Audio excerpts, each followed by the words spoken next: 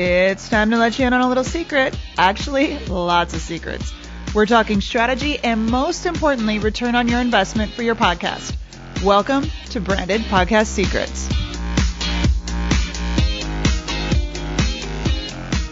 All right, welcome to another episode of Branded Podcast Secrets. I'm your host, Erin Greger, and today I've got a very special guest, Megan Van Petten. Megan, welcome.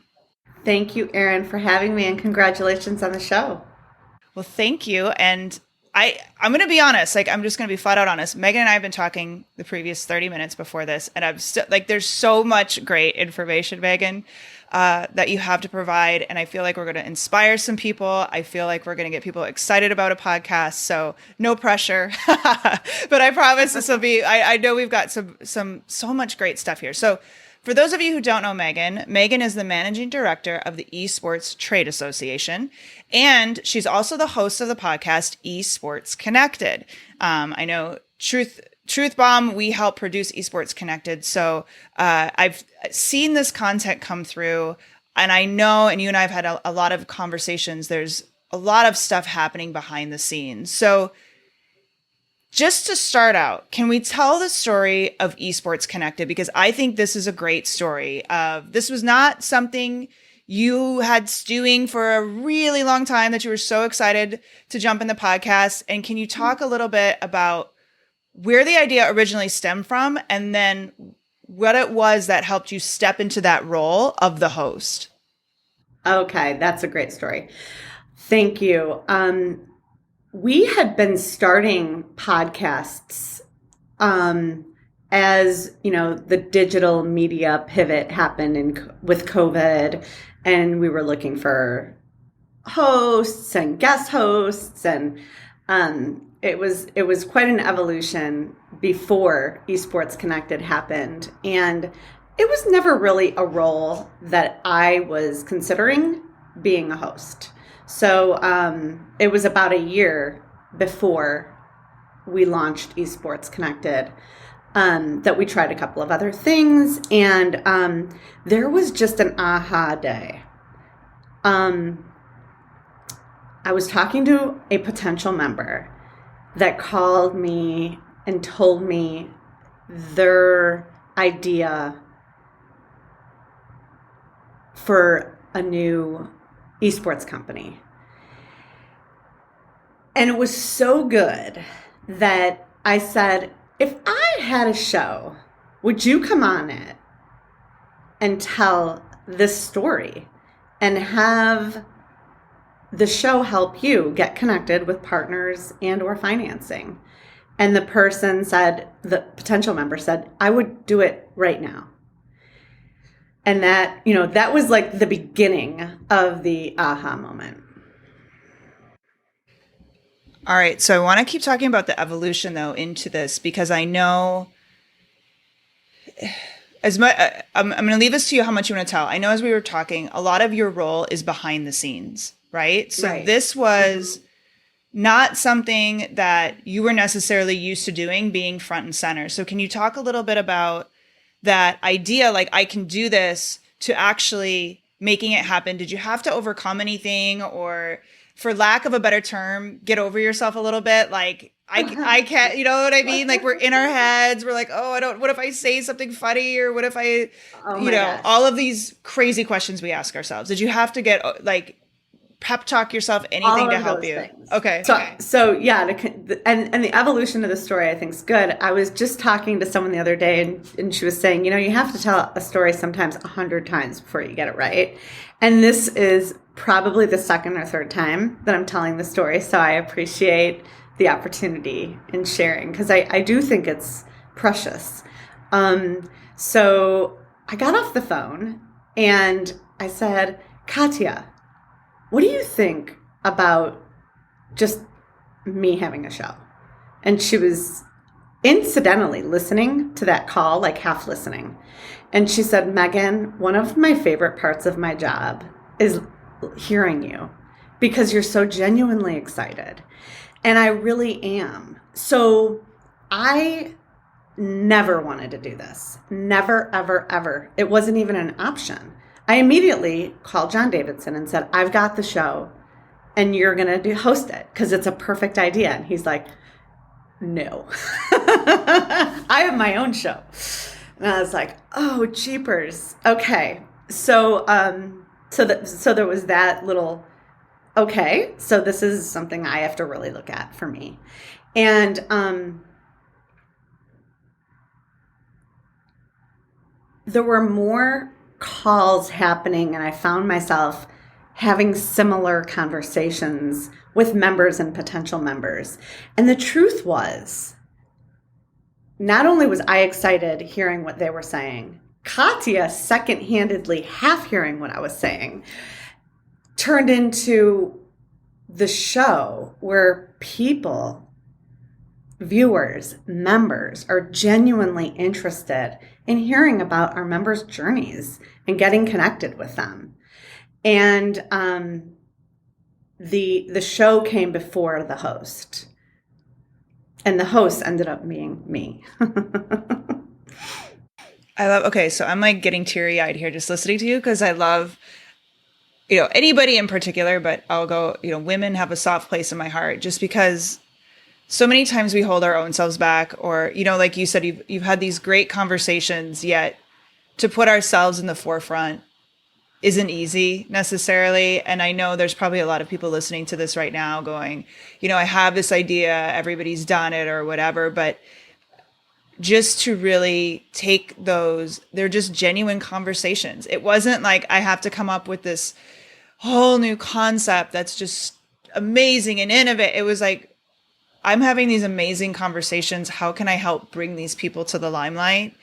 And it's something that simple that I'm getting so like emotional, but that has the most profound impact on people, right? Like it doesn't have to be this, this crazy thing. And so I love that that's what it stemmed from. Just something really simple. And we'll talk about what you're seeing. So what is the premise, just so people who may not have heard it, what's the premise of Esports Connected? Like it's part of the association. I think it's genius how you're doing this. Can you talk a little bit about what how you're using the podcasting platform to highlight members for the association? That is such a great question because I've been in sports association management for 10 years. So there are so many people that I have talked to over the past decade. And it's part of the favorite parts of my job. I have a couple of parts, so it's hard to declare. It wouldn't be honest to say it's my favorite part, but it's one of them.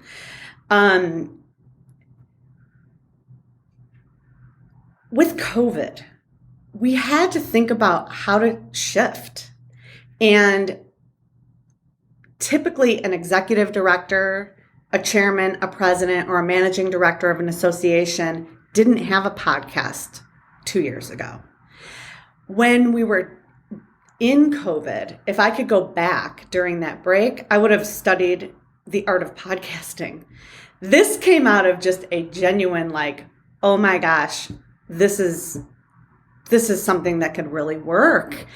And now that I've been in the network for 6 months, I would never have an association, a foundation, or a society without a show, ever. It's just not-for-profit 101. Now, I can't speak for businesses because that's not where I specialize. I specialize in 501c6s and 501c3s. And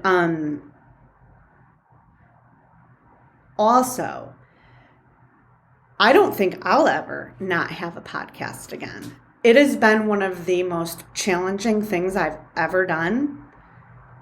My work in what I do has always been behind the scenes.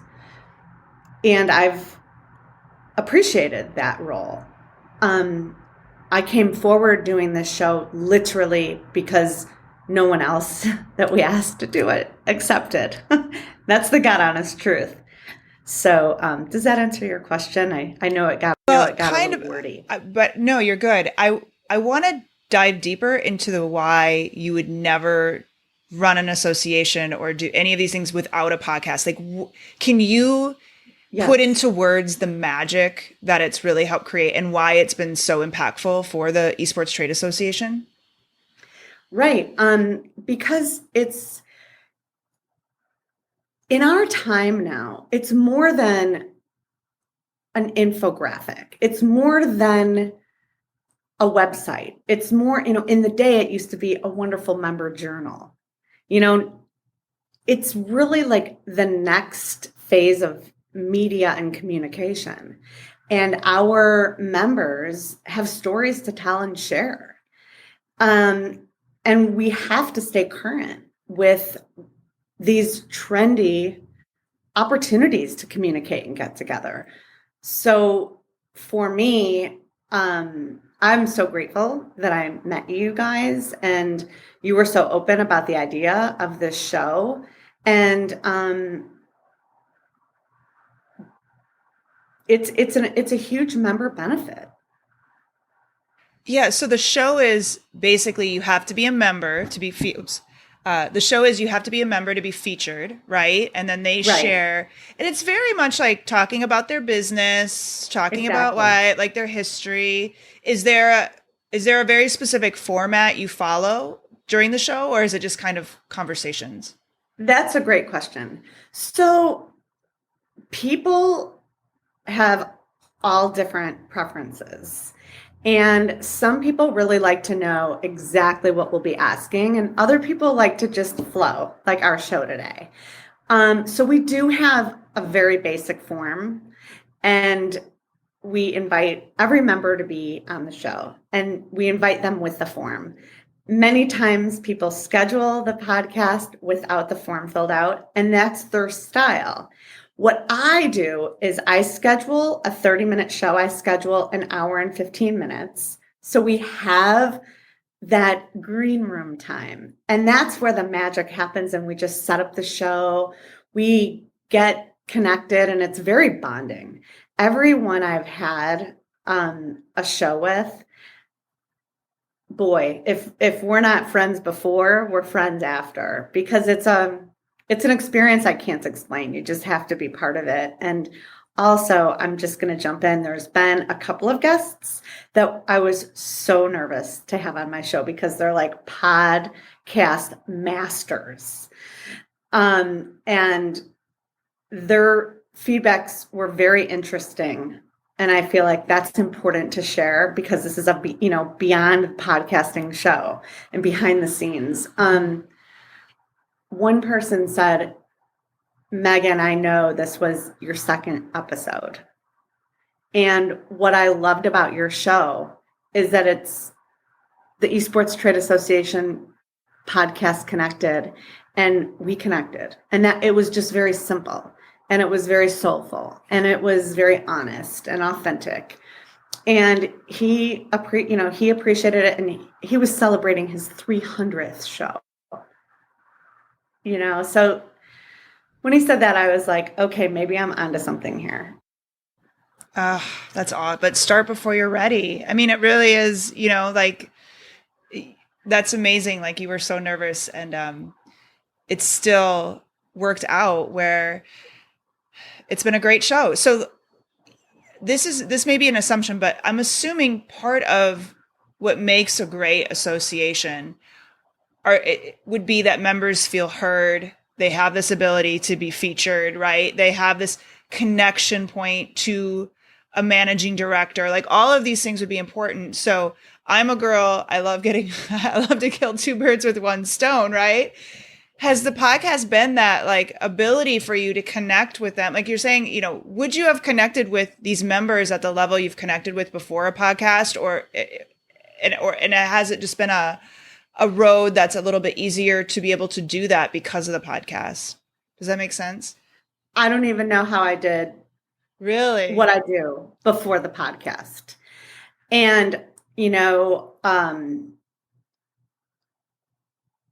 for example, we offer so many diverse different businesses and members, from publicly traded companies to startups to business services. one of our shows, was about accounting and bookkeeping. Who would think, we want to have a show about that? But when you really hear the show, we all need a bookkeeper. Who would think we want to hear a show about insurance? But you know what the difference between Johnson S. Insurance is? When you call him, you get Chris. You don't get Jake from State Farm. I don't know if I should. Should we? Is this? No. That's perfect. That's perfect. I was just going to say I wouldn't mind Aaron Rodgers picking up the phone, but that's a whole nother. Right.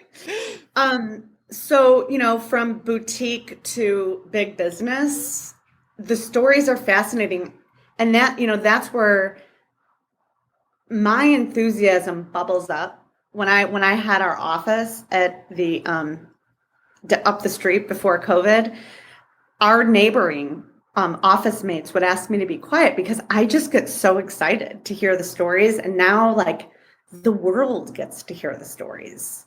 And that was just something that was starting to really come to life toward the end of last year as this was percolating, was more people need to hear this. How do I get out what this person's doing, what this person's doing? Because they could help each other. Beyond what I've ever seen an association be able to do in 20 years. Yeah, that's so on it. I know I've said this before on the show, but I don't think so. The reason why I have this podcast in particular is because I want to write a book about branded podcasts. And so I'm like, I need to get the stories, right? Because stories make great books. And so I wish I could tell you this podcast was my idea, but it wasn't. It was part of a mastermind group. And they're like, well, if you have to go interview people, why don't you just create a podcast? I'm like, start it. Of course. But I really do think it's a really powerful way to, I always look at, if I'm having a great conversation with somebody, my immediate go-to thought is, let's record this because it needs to be a podcast, right? It's just that power to it. So are you measuring, do you use this, I guess, let me rephrase the question. Do you use this as a value add for members? Hey, if you join the association, this is part of what you'll get to as a feature on the podcast? Or are there different ways you're measuring the quote unquote success of the podcast where when the time comes to say, do we keep doing this? You can say a definite yes or no based on results you're getting. Do you have a way to measure that? That is a very good question. I'll call it season 1 and season 2. So season 1, I just wanted to test it to see how it went. I mean, I'll never forget when I sent you guys our first pilot episode, and I was like, everything's wrong, right? And you guys were like, it's perfect, run it. So we didn't put a lot of measurements toward it. And the way we shared the opportunity was definitely a member benefit, but it's very, we have to be very cautious on what we promise to people. And so what we, just the way we go about it is an invitation for members. It's very interesting why people join communities, but and to survey them, we have to also be careful how often we survey our membership. And so I've been very general in answering this question. The feedback has been amazing. Who doesn't want to share their story? People really appreciate that it's not live because sometimes they say, can I go back? Can I take this out? And I've really enjoyed that journey. I think in season 2, I'd like to put more metrics to get that to you for your book, because those are really great questions, and you're going to need that for and that sort of research. And I would also be very happy to see what we can do to help you with your book. One thing interesting, I had a publisher reach out to me that said, you know what you should do as a yearbook? for 2021, the association, and have a little story for each podcast. And she actually does tabletop books, and she, we're in talk about that. I just don't know, what the budget would be, but who doesn't love yearbooks?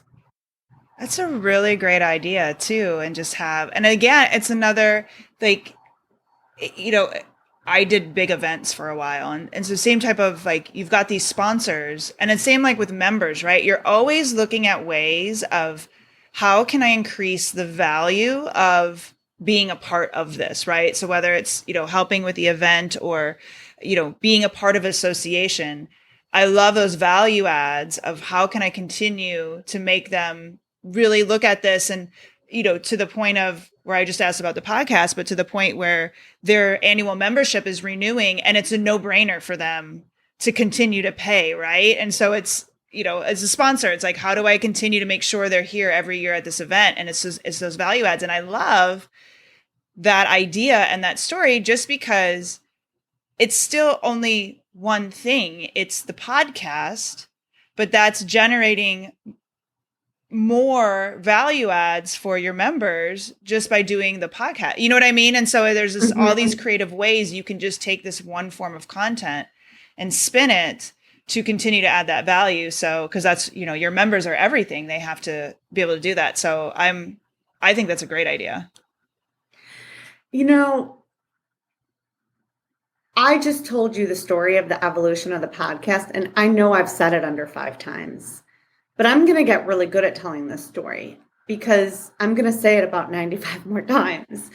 And it's just one of the best things I've done in the last 10 years in sports association management.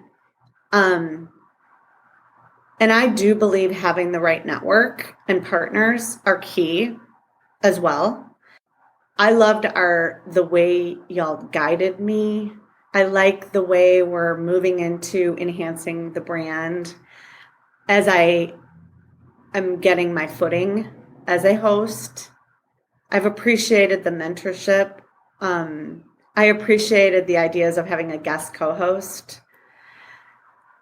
That's really made a difference. You and Sia, your styles of you producing more behind the scenes and Sia saying, jump right in.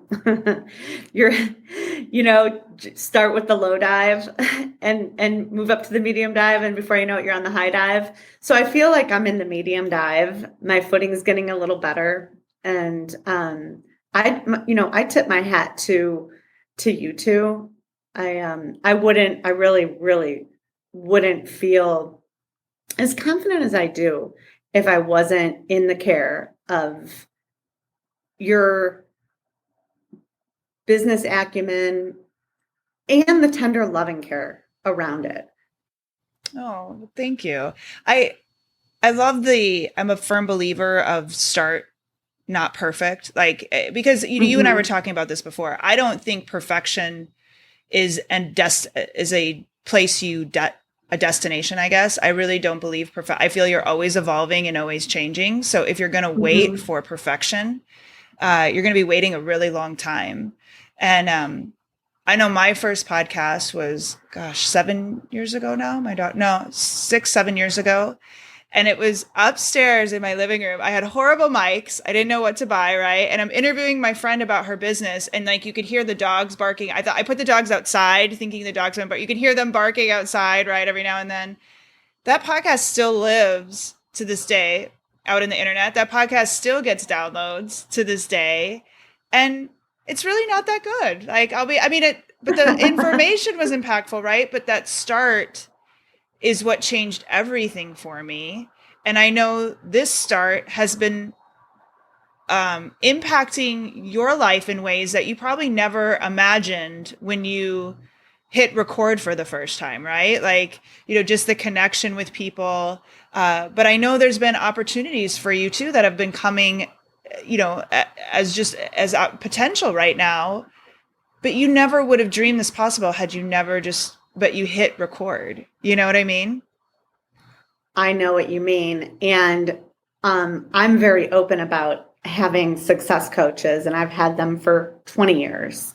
And my coach that I currently have right now says, be ready for success when it comes.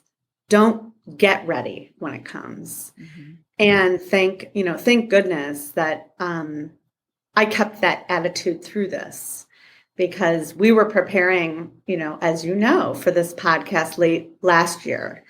And we had some definite challenges for me. And we just pushed through, and it actually anchored me, to keep going. And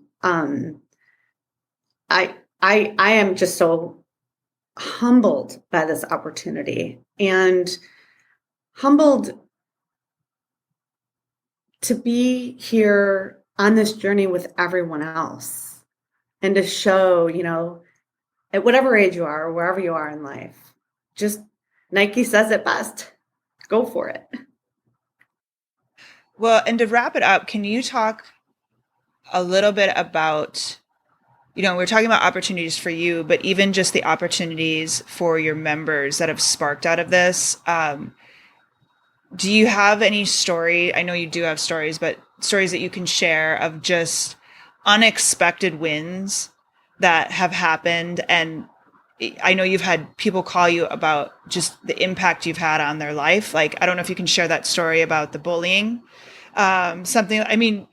you've had a lot of really cool phone calls that have stemmed out of this podcast. It is just shocking to me, the reach that we receive and the notes that we get. That was one show for sure where we just touched on the topic of bullying during gaming. And there was a gentleman that sent me a note, and he said, I'm really glad that you're raising awareness, because he said there are games he just stopped playing forever, just based on a couple of comments that people made when he didn't win. And, there's something about when you're behind the screen, people might get a little bit looser with their criticism.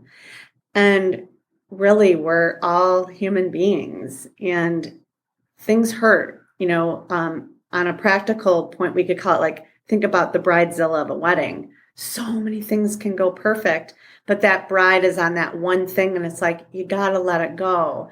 And that's what, that's where I stay really focused with Esports Connected, is that this is for our members to share their stories and to create partnerships and networking and building their brands and enhancing their brands. And, there's going to be people that don't like a show here or there. But I just have to stay true to the purpose, that this is for our members. And the success stories, are definitely coming, and far, far more than the other.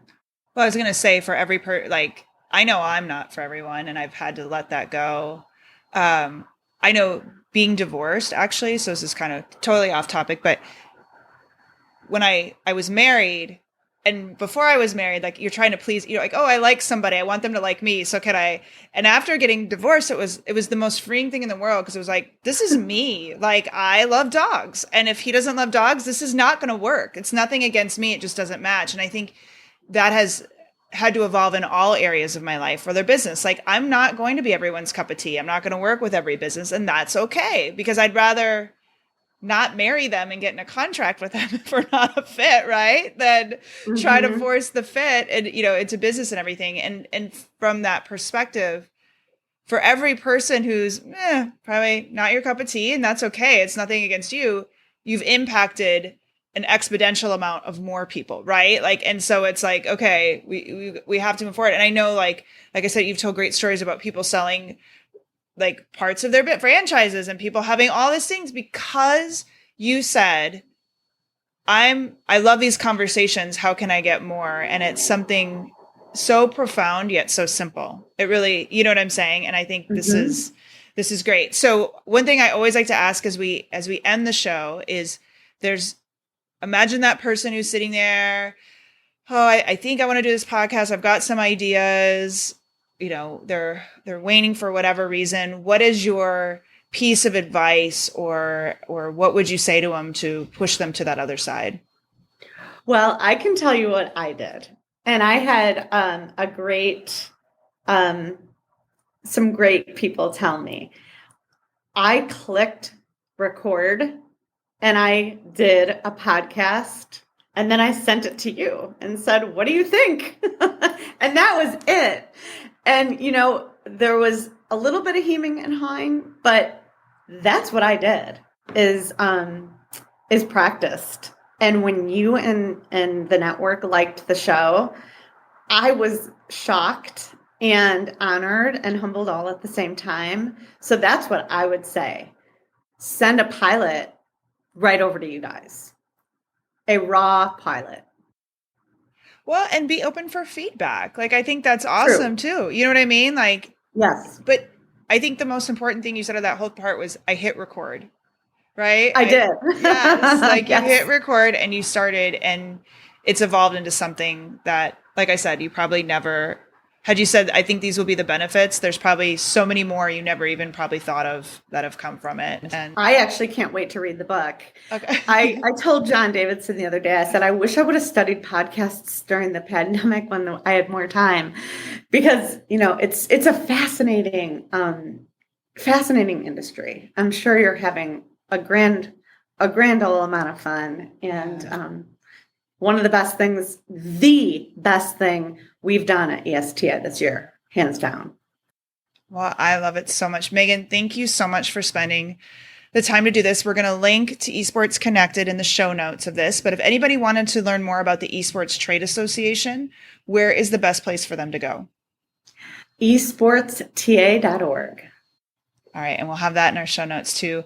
Megan, thank you so much again. I hope this inspires. I feel it's going to inspire a ton of people out there. So hopefully after this one, we finally get them off the ledge and they're starting all kinds of podcasts for even their self or their businesses. So thank you so much today. And if it's in esports, call me. I'll talk you into it. Exactly. Yeah, she's the girl. Anything in esports, contact Megan. Get a hold of the Esports Trade Association for sure. That there's a lot of guidance happening over there for a lot of people. So always appreciated, Megan.